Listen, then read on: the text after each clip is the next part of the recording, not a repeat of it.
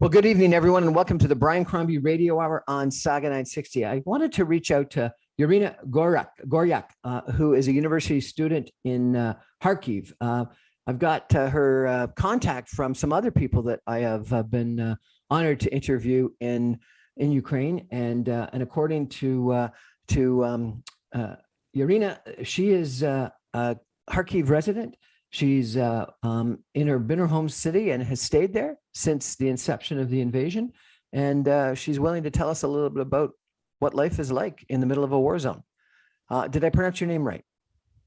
Yes, everything is correct. And tell me, thank you, where you go to university and what you're taking. Right now I'm taking my second higher education. I'm studying to become an English language and literature teacher. Really? Excellent. And is the university in Kharkiv? Yes, the university is located here in Kharkiv. And now tell me, whereabouts in Kharkiv do you live, and what has life been like in the last month? I live in one of the central districts of Kharkiv, and fortunately, it is a district that has been attacked much less rarely compared to the others. Thanks to that, me and my family are able to lead a relatively normal life right now. However, I know that the outskirts of my city have been shelled since the first day of invasion. It still keeps happening. That's why many people have been forced to either move to the subway stations or leave their homes, leave the city at all. So tell us, Kharkiv is in the northeast portion of Ukraine, is that correct? Yes, that's right. We are quite close to the Russian border, around 30 to 50 kilometers, if I'm not mistaken. And the population of Kharkiv is primarily Russian speaking, is that correct, or was at least? Yes, that's true. It's true that for the most part, Kharkiv residents used to speak Russian. There were a few people who were speaking Ukrainian, but they were very rare and far few in between. Were most people bilingual, that they could speak or understand both languages, or no, they were unilingual Russian speaking? I've noticed that even though most people in Kharkiv speak Russian, they are still able to understand Ukrainian, because I personally have started to communicate on Ukrainian only, starting with the first day of invasion. And still, even those of my acquaintances who are only Russian speaking can understand me just well. And I've heard this from a lot of people, that many people in eastern Ukraine that were Russian speaking are now choosing to only speak in Ukrainian as a sort of a indication of their support for Ukraine and the independence of Ukraine from Russia. Is that correct? Yes, that's true. Even in my own family, there are at least a few people who have decided, like me, to switch to speaking on Ukrainian entirely. And some of my friends have also taken such decision. Now, one of the justifications that Russian President Putin has for invading Ukraine is he said that Ukraine was like Nazi Germany, and that it was persecuting Russian-speaking individuals. Do you think that Russian-speaking people were persecuted in Ukraine? No, I definitely don't think so. I have lived in this country since the day I was born, and I was able to travel to different cities in Ukraine, including Lviv, which is located in Western Ukraine. And according to propaganda, the Russian-speaking people are persecuted there. But still, back then, I was communicating mostly in Russian, and I have never been, nobody has even said me a word about that. I was never offended or persecuted in any other way. From everything that I've been able to observe through my life, I have never seen any kind of discrimination against Russian-speaking people here in Ukraine. How does this propaganda then exist, do you think? According to my opinion, this propaganda was created by Russian government in order to justify this invasion to their own people. What supposedly they told some of the Russian soldiers is that they would be greeted by Russian-speaking Ukrainians as liberators. And that doesn't seem to have been the case at all. Do you think there are some people in Eastern Ukraine that are greeting the Russians?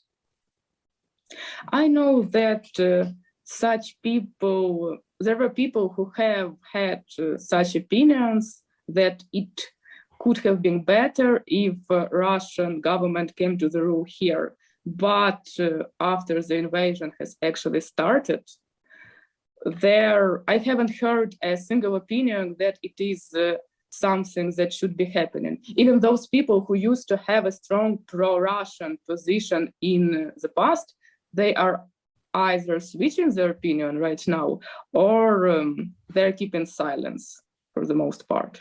You know, it's astounding to me after the devastation, and you're living there. I'm just watching it on TV.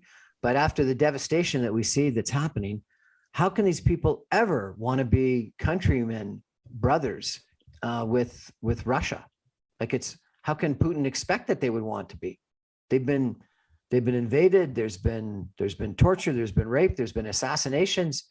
How can you possibly think that those people are going to want to become your countrymen in the future? It's pretty much unimaginable for me, because even though some Ukrainian people used to regard Russians as brother nations before, but I know for sure that nowadays, according to the testing, the interviews, at least 90% of Ukraine residents insist on Ukraine being a separate independent country that should not be dependent on the Russia in any way. We're chatting today with Yarina Goryuk. She's a university student in Kharkiv, Ukraine. We're going to take a break for some messages and come back more and find out a little bit more about what's happening in Kharkiv from Yarina. We're going to be back in 2 minutes. Stay with us, everybody.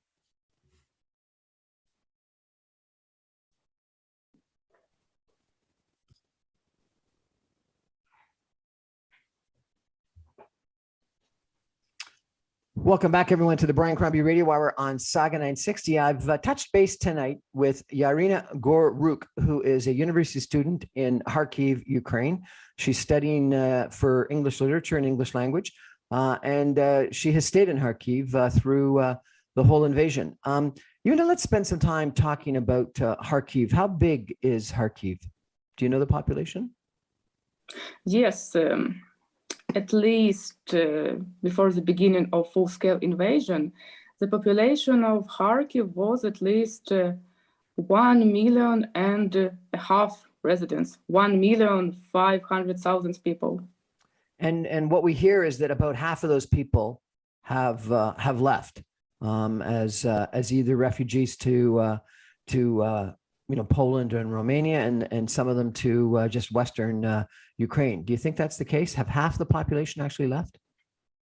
I wouldn't say it's the half, but according to statistics, about 600,000 have left. So it might be 1/3 of population, most likely, but definitely not the half. And I should notice that during the last 2 weeks, people started to return back to Kharkiv. Some people are coming back even now. Really? Now, yes. So what you said is that you're in the center of Kharkiv and you've been less damaged than the suburbs. Tell me, have you been able to go out to the suburbs? Do you have friends in the suburbs? Can you tell me what you've seen or what you've heard of in regards to destruction? I haven't gone to the suburbs myself because right now it is incredibly dangerous. I have some acquaintances who have tried to do so in order to film some live reports, and they were unfortunate to get under the missile. They survived, but they've got some traumas. And in order to understand what is happening in the suburbs right now, I try to keep contact with my friends and other people who still live there. And that's how I'm able to know what's happening. I know that some of the outskirts districts are being shelled every day. The one residential area, also at the outskirts, that suffered the most is called North Saltivka in our city. And it was practically destroyed. There's almost not a single building that hasn't been armed. And according to statistics, overall, almost 1,700 buildings in Kharkiv has been either harmed or destroyed. 1,700 buildings. That's incredible. And what about infrastructure, roads and bridges and railways and things like that?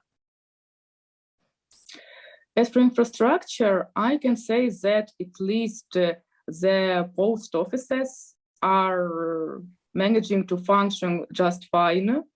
And like I mentioned before, the central districts, luckily, were almost unarmed. So here in the center, life is still going. But of course, in those residential areas that are located in the suburbs, life has practically stopped.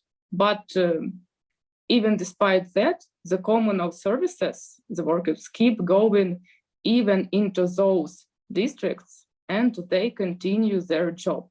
So despite the war, despite the devastation, Kharkiv continues to live, even in those places when it has become incredibly hard to do so. Well, you've obviously got light, you have internet. Are you able to get groceries? Are you able, tell me what your daily life is like. I could say that I was lucky enough and my daily life hasn't changed much, mostly because both my studying and my job can exist in online format. That's why I'm still able to continue doing both of those activities. Me and my relatives are still able to get out in order to buy all necessary products, medicines, water, everything that we need. I can even say that during the last week, some small businesses here in the center have started to renew their work, slowly, step by step, but some cafes and restaurants have started to accept clients. During the last months, mostly there were only drinks, coffee, tea prepared there, but now some cafes even managed to prepare food, both for civilians and for our soldiers from territorial defense and military forces. That's incredible. And you know, just give me a sense, how are the goods coming in? There still are roads and access points and railways that can access Kharkiv from the west and the south? Yes, that's true. Even now, railway is functioning just okay. And people who want to leave Kharkiv can do this either by train, by evacuation train, or they can leave by their own cars. There is, luckily, there are still enough possibilities to leave the city if somebody wishes to do so. That's incredible. It speaks to the spirit of you and other people in Kharkiv that you've stayed. But what you described is that Kharkiv is 1.5 million people. So that would make it one of the largest cities in Ukraine. I understand it was very industrial, high employment, high industrial productivity. Obviously, one of the main targets of Putin to want to take over such a prosperous city and the surrounding area that I understand is resource rich and industrial and in part of the industrial heartland of Ukraine. Now, supposedly, the Russian armies are moving from close to Kyiv to the east of Ukraine. Does this concern you? Yes, it is concerning, and the situation is quite unclear for us who are still staying in Kharkiv. Sometimes information can be a little bit confusing. We can get different material from different sources. We cannot even know for sure if Kharkiv could become the next major target. Some sources say it may be so. Some sources say it is unlikely. That's why me and my family always monitor the situation, and we are always prepared in case the situation starts to become extreme to just stand up and leave the city. So you are prepared to leave if it becomes necessary? Yes. The military encampments, the military defenses around Kyiv seem quite extensive. The Ukrainians blew up bridges. They to make sure that the Russian advance would be stopped. We saw these pictures of obstacles in the roads to stop tanks, etc. Tell me what preparations have been made north of Kharkiv or around Kharkiv to limit Russian advances if they come. I wouldn't say that some major changes have happened inside the city. At least there weren't such extreme events such as destroying bridges. However, I know for sure that around Kharkiv, the military defense has become much more powerful compared to the beginning of the war, owing to the fact that since the first day, Kharkiv used to be one of the major aims. That's why throughout the last 46 days, a major amount of military equipment has been transported here to Kharkiv. So if you're only 30 to 50 kilometers away from Russia, if you are one of the major objectives of the Russian army, of Putin, other than the shipment of a bunch of, a major amount of arms, why do you think you've been successful? Why have the Ukrainian military and the territorial defense forces been able to stop the powerful, big, huge Russian army? In my opinion, the biggest reason is that Ukrainian military is protecting their own territory, and our military forces are ready to fight to the very end. In my opinion, the will to protect your own territory, your families, your cities can fill you with such strength, that with such bravery, that could be enough in order to stay even in front of the foe that seems much more massive and stronger. And of course, I think it also happens due to the help that Ukraine has been receiving from elite countries, and I'm very grateful for that, including some of the NATO countries and USA as well. You have been asking for, at least your president has been asking for, a no-fly zone above Ukraine. At least 2 weeks ago, he was quite a bit. That request/demand has seemed to dissipate a little bit. And the reason why NATO supposedly has not provided it is because they don't want to get into direct confrontation with Russia. Do you think NATO should provide a no-fly zone for Ukraine? I must admit that I'm also quite hesitant about the idea of creating a no-fly zone over Ukraine by NATO countries, because I also suspect that it might start an actual confrontation between NATO and Russia, and it could lead to much more massive destructions. However, I still think that there could be an alternative, and if Ukraine would be provided with the necessary military equipment, especially aircraft and air defense, then most likely military forces would be able to close the sky over Ukraine themselves. So there was this talk of Poland giving a bunch of MiG fighters to Ukraine, and then the United States would backfill the Polish fighters that they've lost. Is that what you're referring to? I suppose it is one of the cases, but I know for sure that Poland is not the only country who has agreed to provide Ukrainian army with some powerful military equipment. I'm speaking about different countries who have agreed to help us with both military and humanitarian resources. You're reasonably young. You're a university student. I visited Ukraine back in the early 2000s and in the 1990s. Ukraine has progressed dramatically in the last 2 decades from where Ukraine was. And you wouldn't maybe not know that or recognize that, given that you're of the age you are.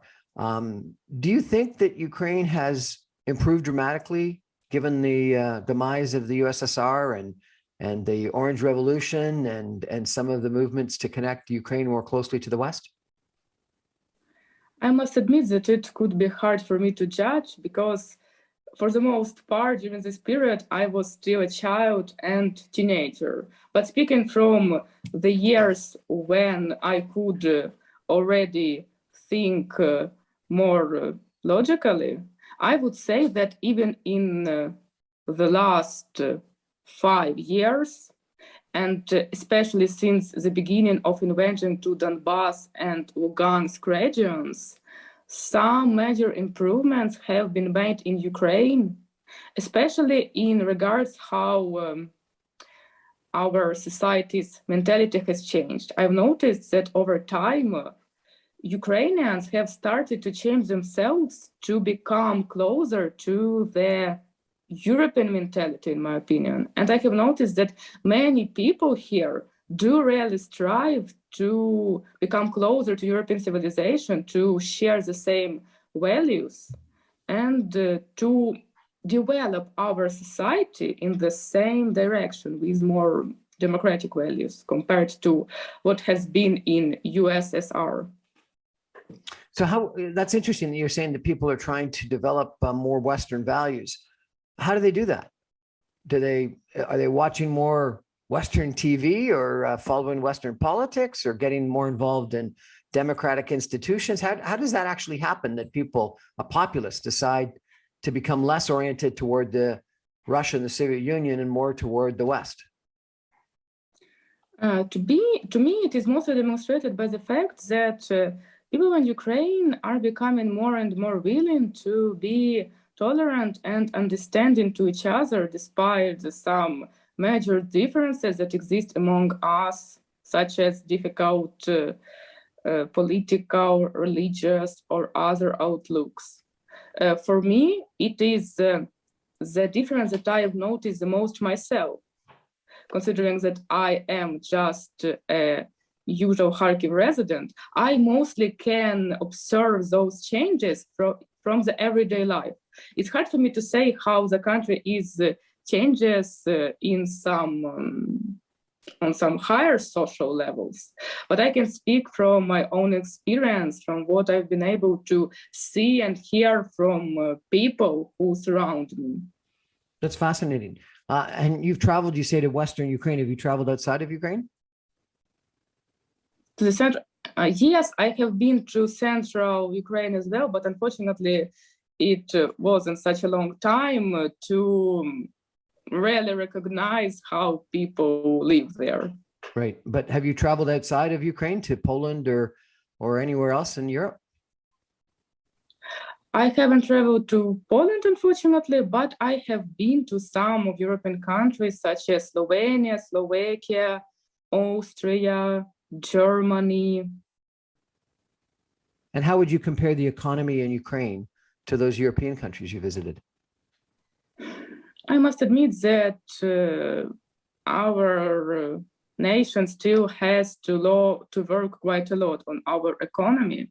And I could say that the conditions under which our economy had to develop were pretty hard, and we still have a lot of work to do. But I believe that after the war activity would be stopped in one way or another, we could continue and improve our economy drastically. It may take quite some amount of years, but I believe that we could reach the same level that exists now in European countries. Your president, with his daily addresses and his resilience, seems to have captured the world's attention and admiration. What do you think of your president? I can say that before the invasion has started, I haven't been paying much attention to politics overall, and I didn't even have a fully formed opinion about people who rule over our country. However, since the day the invasion started, I must admit that even though our president might have some disadvantages and he might have done some mistakes in the previous years of his rule, but I can see that this person is really doing everything in his power in order to protect Ukraine now. And I must say that I did not expect such resilience from them. Some people around me say that it wasn't a surprise to them, that they were expecting Zelensky to stand with our country in such hardships. But for me, it was unexpected. And I must admit that I'm happy that we have a president who is willing to stand with his nation, who didn't just run away, and he continues to do everything possible in order to turn this whole war to the better conclusion for us. You have right now over 20,000 people in the Toronto area of Canada listening to you. Do you have a message for them? It is hard to form words right now. However, what I would like to say to the Canadian people, from what I've heard, even that far away from Ukraine, people have been helping us here in Ukraine. I want to express my gratitude for that, and especially to Ukrainian diaspora that I know exists in Canada. And what I want to say is that despite the fact that times are incredibly hard here in Ukraine, I believe that Ukrainian nation will be able to stand, we will be able to win, and we will be able to prove that democratic values really do have some power in this world. Thank you so much for joining us. I really appreciate you. Thank you for inviting me so much. Stay in touch and stay safe. We're going to take a break and come back with another interview in just a minute. Stay with us, everybody.